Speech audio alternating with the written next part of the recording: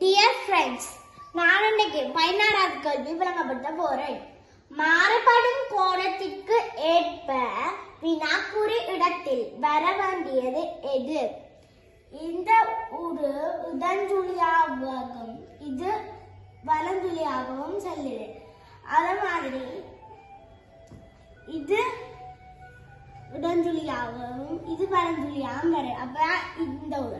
அப்ப இது இடஞ்சுழியாகவும் இது வலஞ்சுழியாகவும் வரணும்னா இப்ப இந்த உருவை பிரிப்பேன்.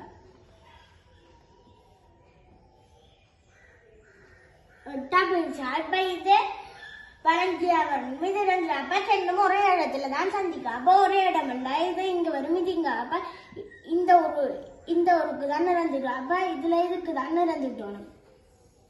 அப்ப இதுக்கு நிறந்துட்டீங்கன்னா இதான் விட. நன்றி.